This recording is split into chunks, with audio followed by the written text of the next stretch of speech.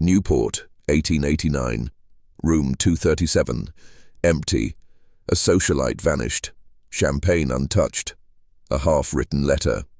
Into the fog. No trace. A mystery buried for 40 years. This truth you were never meant to hear.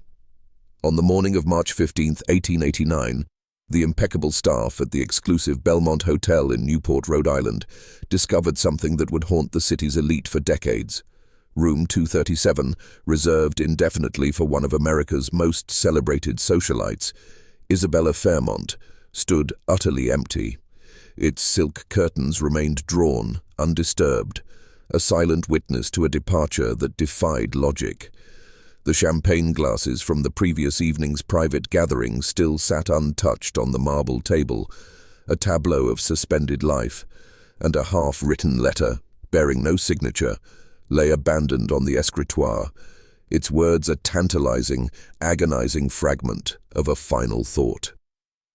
Isabella Fairmont, the woman who had once commanded the attention of presidents and princes, who had reigned supreme over Newport's glittering social scene, had simply evaporated into the cold March fog.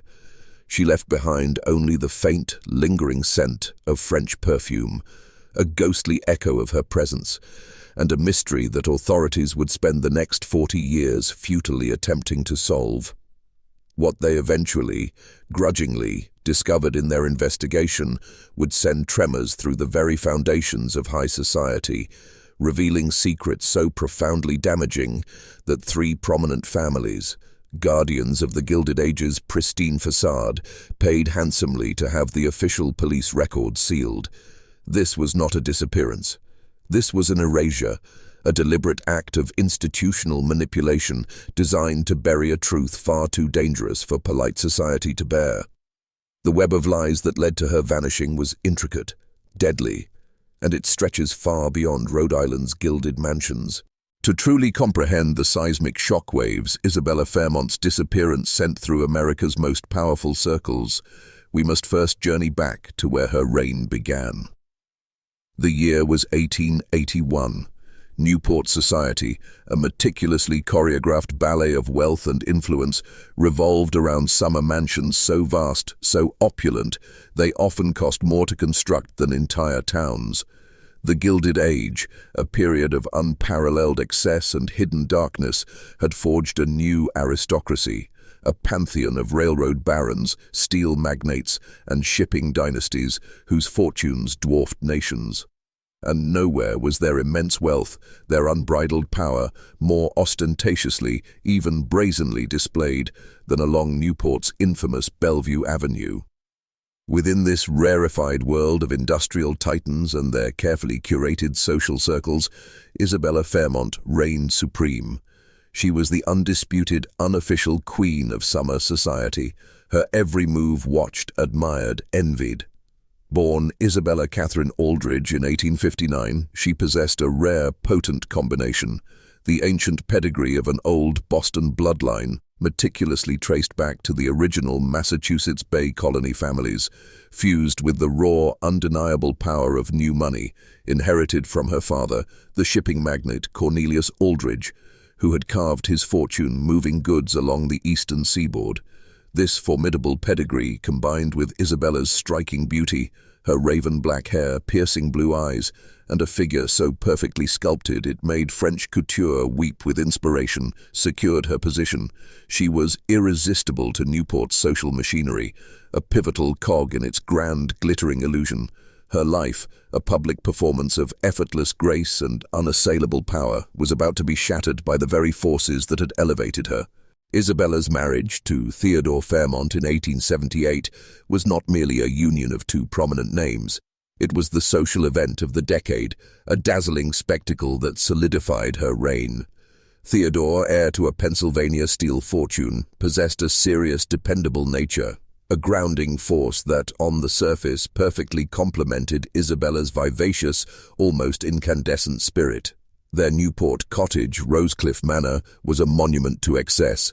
70 rooms adorned with Italian marble imported at crushing expense, and sprawling gardens so vast, so meticulously manicured, they required a full staff of 20 to maintain. It was within these gilded walls that Isabella's summer parties became legend. They were not mere gatherings. They were elaborate, meticulously orchestrated affairs where senators mingled with European nobility, where business deals worth millions were discreetly struck over champagne and caviar, and where a single invitation could irrevocably secure one's place in the rigid hierarchy of high society for life. The local newspapers, obsessed with her every move, devoured her public persona.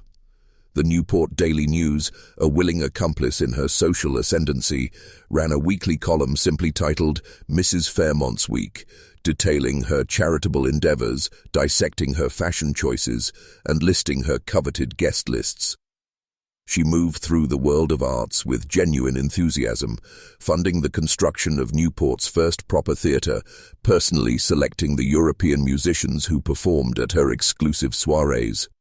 Her influence, however, extended far beyond mere social gatherings. Railroad executives, titans of industry, sought her opinion on complex business matters. Politicians, ambitious and calculating, shamelessly courted her endorsement. Even President Chester Arthur himself had dined at her table during the summer of 1883, a testament to her unassailable position. But beneath the glittering surface of Isabella's carefully orchestrated life, beneath the dazzling facade of her absolute dominion over Newport society, darker currents were already beginning to flow, a hidden truth waiting to expose itself, threatening to unravel the very fabric of her perfectly constructed reality. The very social machinery that had meticulously elevated Isabella to such dizzying heights, the glittering mechanism that defined Newport's elite, operated not on genuine affection, but on the relentless churn of gossip, the insidious spread of rumor, and the constant suffocating threat of scandal. Newport was a hermetically sealed world, a gilded cage of inherited wealth and manufactured propriety. Within its exclusive confines, reputation was not merely important, it was everything. And reputations, as Isabella Fairmont would soon discover with a chilling personal clarity, could be destroyed with the cold, precise efficiency of surgical precision. The first, almost imperceptible whispers began to stir in the summer of 1884, a period society columnists would later refer to, with an ominous prescience, as the season of shadows. It started innocuously enough, a seemingly harmless deviation from the rigid social script. Isabella had been observed dining alone with Jonathan Pembroke, a dashing young architect whose name was new to Newport's established circles. Pembroke, barely 30, possessed an almost magnetic charm, a romantic intensity that sent discreet shivers through society matrons, causing them to nervously fan themselves. He arrived in Newport armed with impeccable professional credentials, a testament to his talent, but also shrouded in a mysterious past, an unspoken history that only enhanced his allure, his dangerous appeal. This seemingly innocent encounter, a brief lapse in social protocol, was the catalyst.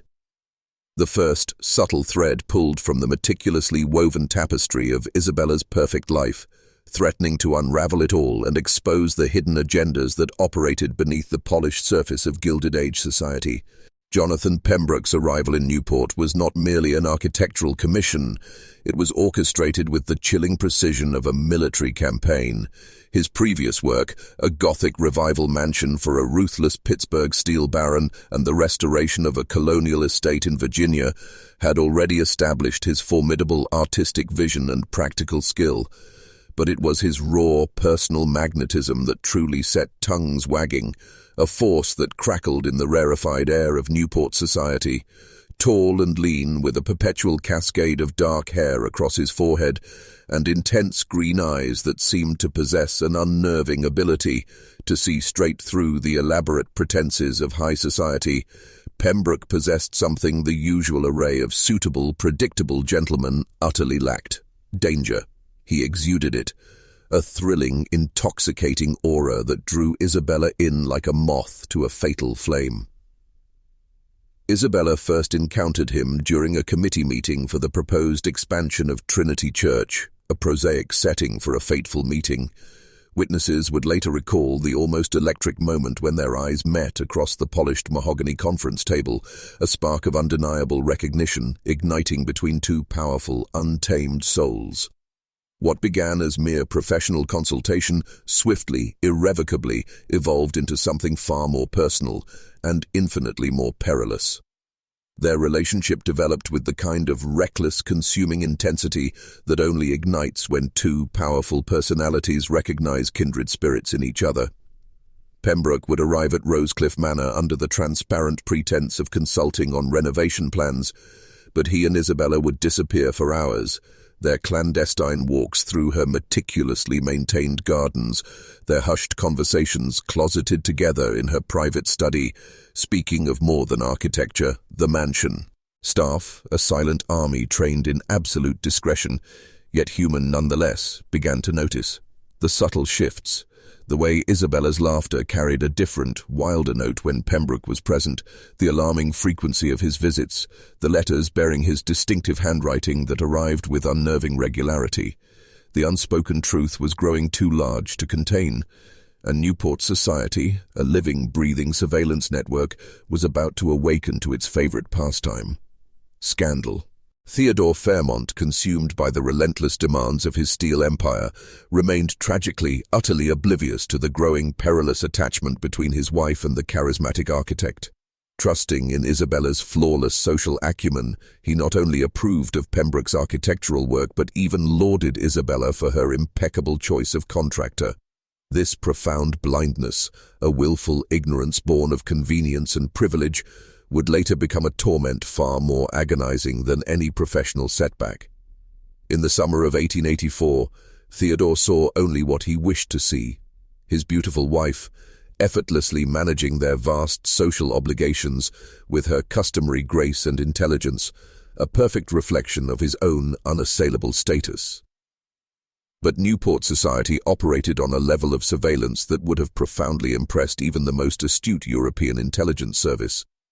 Within its hermetically sealed, glittering confines, every glance, every whispered word, every subtle deviation from the rigid social script was meticulously observed, dissected, and catalogued. By August, the faint, disquieting whispers about Isabella and Pembroke had swelled into undeniable murmurs, and by September, those murmurs had crystallized into a chilling, absolute certainty. Isabella Fairmont, the unofficial queen of summer society, was having an affair. The evidence, though largely circumstantial, was damning beyond reprieve within the context of high society's unforgiving moral arithmetic. She had been observed, undeniably, entering Pembroke's temporary studio on Thames Street. They had been seen, their heads intimately bent together in a way that screamed of shared secrets, sharing hushed conversations at the casino. But the ultimate, most devastating blow came from Mrs. Cornelius Vanderbilt's personal maid, a silent witness whose testimony held the weight of an unassailable truth. She claimed to have witnessed a passionate embrace between Isabella and Pembroke in the conservatory at a private dinner party. The very social machinery that had meticulously elevated Isabella to such dizzying heights now turned against her with cold, mechanical precision, preparing to dismantle her reign, one damning piece of gossip at a time. The fall had begun. The social machinery that had once meticulously elevated Isabella now turned against her with a cold, unforgiving precision. The initial signs were subtle, yet undeniably potent. Invitations to exclusive, coveted gatherings, once a constant flood, began to arrive with chilling infrequency. Former friends, their smiles now brittle and thin, adopted a cooler, distant tone in their conversations, their eyes sliding away, avoiding her gaze. The careful choreography of Newport society, which had once revolved almost gravitationally around Isabella's preferences and schedule, subtly reorganized itself. It rearranged its intricate dance to minimize her importance, to push her to the periphery of their glittering, exclusive world. Isabella, however, moved through this chilling social frost with a profound, almost tragic obliviousness. Friends from that time would later describe her as existing in a state of utter intoxication, not from alcohol, but from the kind of consuming, reckless passion that strips its victims of all rational thought, rendering them blind to consequence. She continued to see Pembroke with increasing, almost defiant boldness, as if daring society to confront her directly, to shatter the last vestiges of her self-made illusion. This defiance, which might have been admirable in other, more just circumstances, served only to accelerate her precipitous fall from grace. The inevitable hammer blow landed on October the 12th, 1884. The scandal broke publicly, not in a hushed whisper, but in the most devastating way possible, splashed across the morning edition of the New York Herald. A society columnist, known only by the chillingly detached pseudonym Observer, published a detailed, damning account of Isabella's affair under the cruel, sensational headline, "Newport's Fallen Angel." The article, written with a precise, almost surgical malice that screamed of side knowledge, laid out the evidence of Isabella's scandalous relationship with Pembroke in devastating, unassailable detail. Her public world had finally, irrevocably imploded. The New York Herald article, a calculated strike delivered with surgical precision, contained information that pierced even the hardened, gossip-saturated veneer of Newport's elite. What it revealed about Jonathan Pembroke, the dashing architect who had seemingly swept Isabella off her feet, sent shockwaves of a far colder, more insidious nature. Pembroke, the article brazenly claimed, was no mere romantic adventurer seeking solace with a bored socialite. He was a professional, a calculated predator, a man burdened by substantial gambling debts and, more damningly, possessed a chilling history of preying on wealthy women in other cities, leaving a trail of broken hearts and emptied accounts in his wake. The piece detailed how Isabella, in her love-blinded devotion, had been systematically providing him with money, substantial sums meticulously siphoned from her personal accounts. Worse yet, several invaluable pieces from the sacred Fairmont art collection had been quietly, discreetly sold, their grandeur sacrificed to cover Pembroke's insatiable debts. The revelation struck Theodore Fairmont like a physical blow, a concussive force that shattered his carefully constructed world. His wife had not merely been unfaithful, an unforgivable sin in their rigidly moralistic society. She had, far worse, been swindled, duped by a professional fortune hunter. The humiliation, a searing wound to his pride, was compounded by the horrifying realization that everyone around him, his shrewd business associates, his esteemed social peers, even his most trusted domestic staff, had been fully aware of his wife's escalating folly. They had watched in silence while he, the powerful magnate, remained in profound, unforgivable ignorance.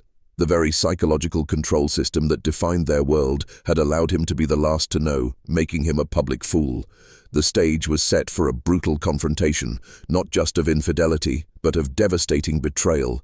The inevitable collision occurred on the evening of October the 13th, within the hushed, book-lined confines of the library at Rosecliff Manor. The confrontation between Theodore and Isabella was not merely a marital dispute. It was the violent unraveling of a meticulously constructed illusion, a final, brutal reckoning. According to Theodore's later tormented testimony to private investigators, Isabella, initially defiant, vehemently denied the affair. But when confronted with the irrefutable, damning evidence of bank records detailing the vast money transfers, her carefully constructed facade crumbled. She broke down. In her raw, emotional confession, she admitted to the relationship, yet clung desperately to a truth Theodore could not comprehend. Her feelings for Pembroke, she insisted, were genuine, pure. She had given him money out of love, not manipulation, but Theodore's response was swift, unforgiving, utterly devoid of mercy. He demanded an immediate, absolute cessation of all contact with Pembroke. He commanded her to return to Boston for the winter season, to accept a period of rigorous social rehabilitation, a carefully orchestrated exile designed to restore their shattered reputation. Isabella's refusal was equally immediate, equally absolute.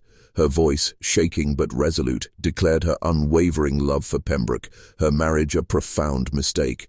She intended, she shockingly revealed, to seek a divorce, a scandalous proposition that would not only shatter their social positions permanently, but send tremors of moral outrage through the very foundations of Gilded Age society. The household staff, unseen, unheard, later reported raised voices erupting from the library, a crescendo of fury and despair that echoed until nearly midnight, followed by the violent slam of doors and the hollow echo of Isabella's footsteps on the cold marble staircase. When Theodore emerged the following morning, his face bore the hollow, ravaged expression of a man who had aged a decade overnight, consumed by the abyss his wife had opened. Isabella's defiant refusal, her public declaration of a love that would shatter their world, came at a cost far more devastating than mere social embarrassment. Theodore, reeling from the raw humiliation, immediately launched a meticulous, furious investigation into their finances. What he unearthed painted a far darker, more chilling picture than simple infidelity. His wife, the queen of society, had transferred nearly $50,000 to Pembroke over the course of just 4 months, a staggering sum equivalent to well over $1 million in today's currency. This was not a lover's indulgence. It was systematic drainage. More disturbing still were the discoveries made when Theodore's lawyers examined the sales of artwork and jewelry Isabella had claimed were routine updates to their collection. Several irreplaceable pieces, including the diamond necklace that had belonged to Theodore's own mother, had been sold for significantly less than their appraised value. This screamed not merely of poor judgment, but of deliberate deception. The final crushing blow landed when Theodore's private investigators, relentless in their pursuit, tracked Pembroke's previous addresses.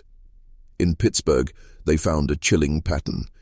He had been involved with the wife of a prominent businessman, systematically extracting substantial sums of money before abruptly vanishing when the relationship was discovered. In Richmond, Virginia, a terrifyingly similar scenario had unfolded with the vulnerable widow of a tobacco fortune. The investigators' report, a grim dossier of Pembroke's methods, painted a portrait of a sophisticated confidence man, a predator who targeted lonely, wealthy women with surgical precision, exploiting their vulnerabilities, stripping them bare, and leaving only ruin in his wake. Isabella, Theodore realized, had not merely been unfaithful, she had fallen victim to a manipulation so complete, so insidious, that she could no longer distinguish between cold reality and the cunning fantasy Pembroke had so meticulously constructed for her. The scandal was no longer just about love. It was about a deeper, darker game.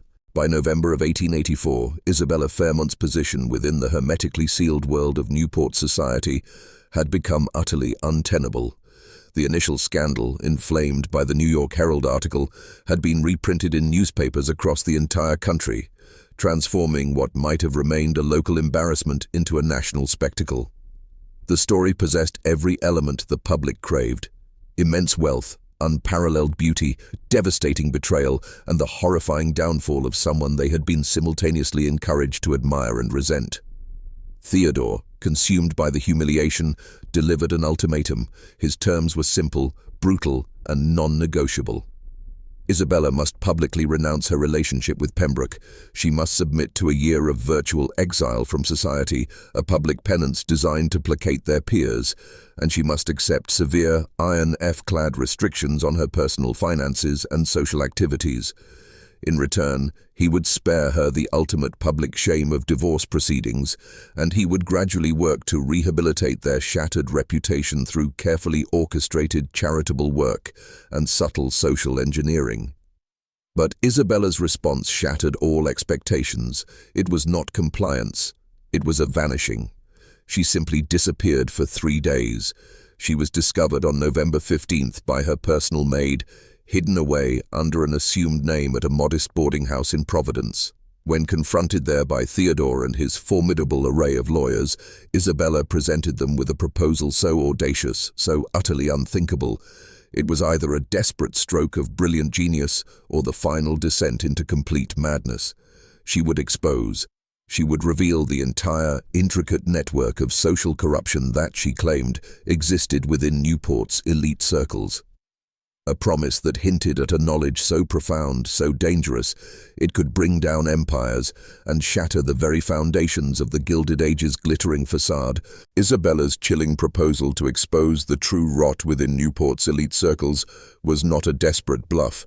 It was a calculated detonation, According to her, the very intimacy of her affair with Jonathan Pembroke, a man who, as a society architect, built the physical framework of their gilded world, had granted her access to secrets so profoundly destructive they could shatter the facades of several prominent families, revealing the monstrous truths they so meticulously concealed.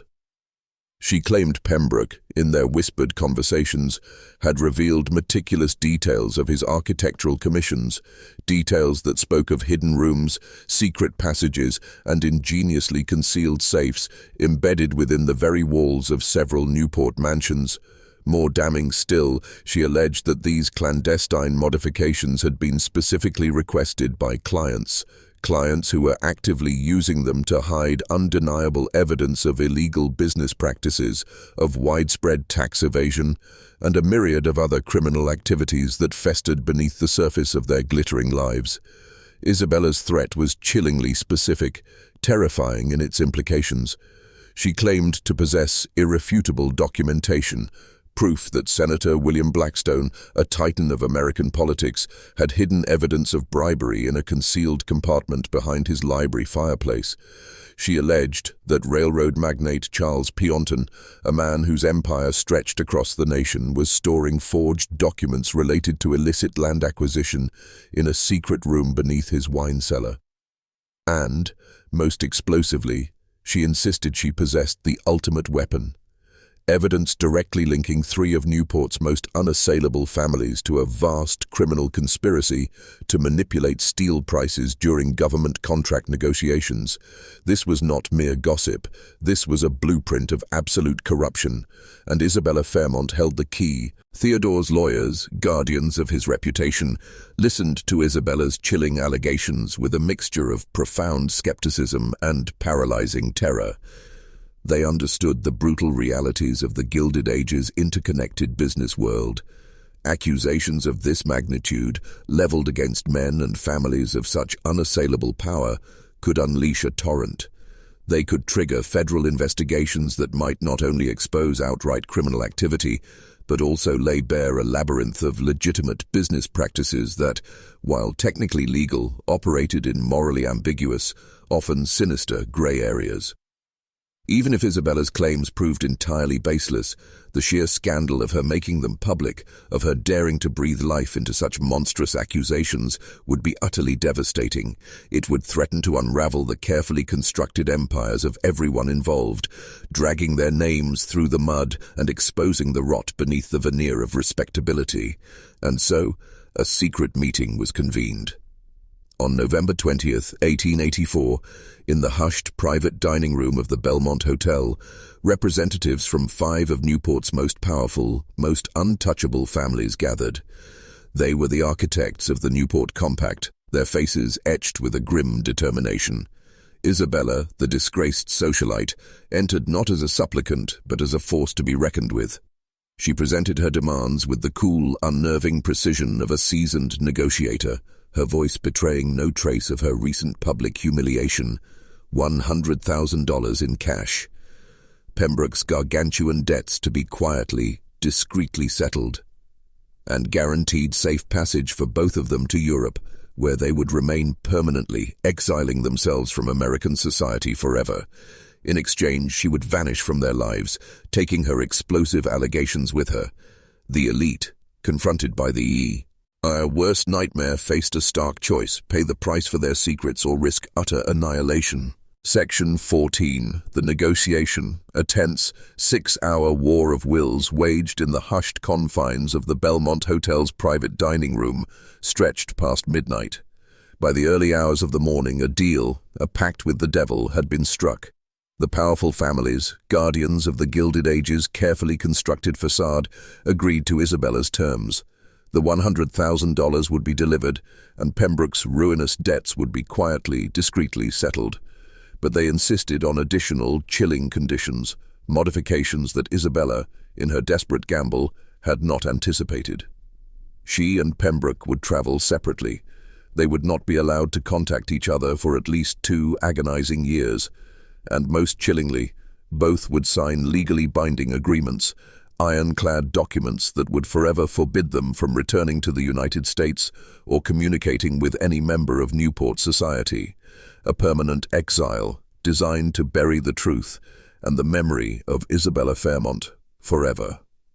Isabella, in a move that baffled her adversaries, agreed to the terms.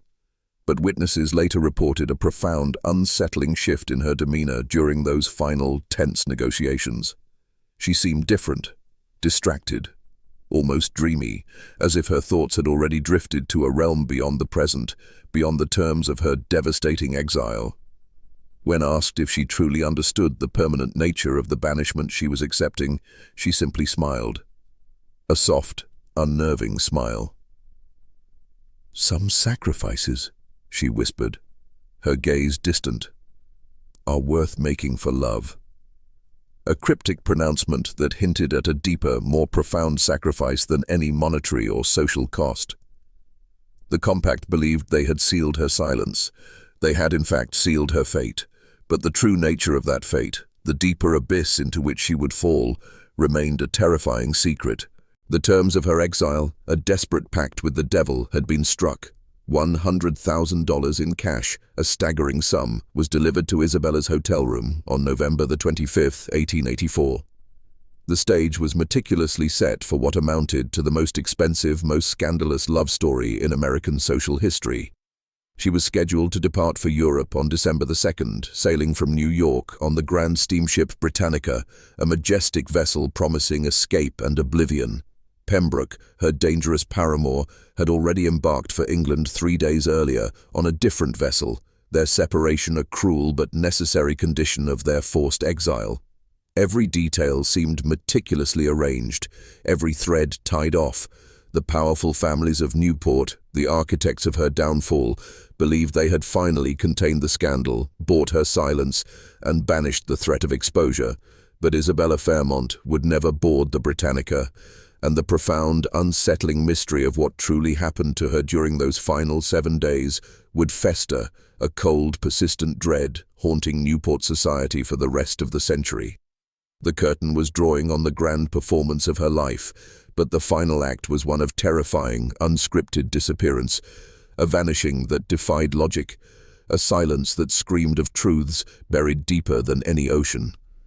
The most expensive escape in history was about to unravel into a chilling void. Isabella's final week in America unfolded with a chilling precision, a meticulous planning that hinted not at calm preparation, but at a profound, mounting desperation. She checked out of her Providence boarding house, leaving behind the anonymity she had briefly sought, and returned to the very heart of the Gilded Age's glittering pretense, Newport. Here she took a suite at the exclusive Belmont Hotel, consciously choosing to register under her maiden name, Aldridge. The choice was laden with symbolic weight, a desperate attempt to revert to an identity before marriage, before scandal, before the relentless chain of events that had led her to this precipice of forced exile. The hotel staff, masters of discretion, later recounted Isabella's demeanor during her stay. She seemed remarkably calm, almost serene, a chilling composure that belied the monumental stakes of her impending departure. She took her meals in the quiet solitude of her room, received no visitors, and spent the vast majority of her time consumed by a singular, intense purpose: writing letters. The hotel's desk clerk, a young man named William Chen, who had himself navigated the tumultuous journey from California's mining country, noted with a quiet curiosity that she mailed at least a dozen letters during her stay. The addresses, the recipients, remained unknown to him, but the sheer volume hinted at a final, desperate attempt to communicate, to send out fragments of truth before she was irrevocably swallowed by the silence. These were her last connections to the world, threads of a dangerous narrative released into the postal system, hoping to defy the powerful forces that sought to erase her entirely. Amidst the meticulous documentation of her final, isolated week, Isabella made an unusual and ultimately haunting request. On November 28th, she asked the hotel concierge to arrange for a formal portrait photographer. Marcus Steinberg, a young photographer who had recently opened a studio specializing in society portraits, later described the session as one of the strangest, most unnerving of his entire career. Isabella posed for nearly 2 hours, a testament to her profound, almost obsessive intention. She insisted on multiple photographs, demanding various poses, experimenting with different lighting conditions, her focus absolute. This was not a mere indulgence of vanity. This was her final public act of documentation, a deliberate, theatrical performance designed to leave a visual record of her existence, a defiant image before her imminent, forced disappearance. Each click of the camera's shutter, each flash of light, captured a facet of her last testament. Was she creating a living legacy? Photographs intended to be discovered later, proof that she had existed, proof of what she knew. Or was she, in her meticulous pursuit of truth, attempting to capture the very essence of her transformed self, a woman who had seen too much and was about to vanish forever? The photographer, unaware of the profound drama unfolding before his lens, meticulously captured her image, an unwitting accomplice in her final cryptic act. The portraits, once developed, would hold the chilling gaze of a woman on the precipice of an abyss, a final, public whisper before the profound silence that would engulf her. The dawn of December 2nd, 1884 arrived, cold and indifferent, but the steamship Britannica departed New York Harbor without Isabella Fairmont. The stage was set for her grand exit, her meticulously planned vanishing act into European exile, but her cabin remained empty, her passage unclaimed. The last 7 days of her life, a terrifying void that would haunt Newport society for the rest of the century, defying all logical explanation. What transpired in her final hours within the confines of her Belmont Hotel suite remains lost to human record. No struggle, no signs of forced entry, no screams, just an unnerving, profound absence. The Belmont Hotel staff, discovering room 237 utterly empty that morning, found Isabella's silk curtain still drawn, a silent sentinel. The champagne glasses from her private solitary gathering the evening before, untouched on the marble table. And on the escritoire, the half-written letter, its words a tantalizing, agonizing fragment of a final thought. Its missing signature a testament to an abrupt, impossible cessation. The Pittsburgh Police Department, already burdened by the complexities of the era's high society crimes, found themselves staring into a void. An investigation launched by Cornelius Vandermark, the man who had bought her silence, would run its predictable course, quickly becoming a futile exercise in logic against the supernatural.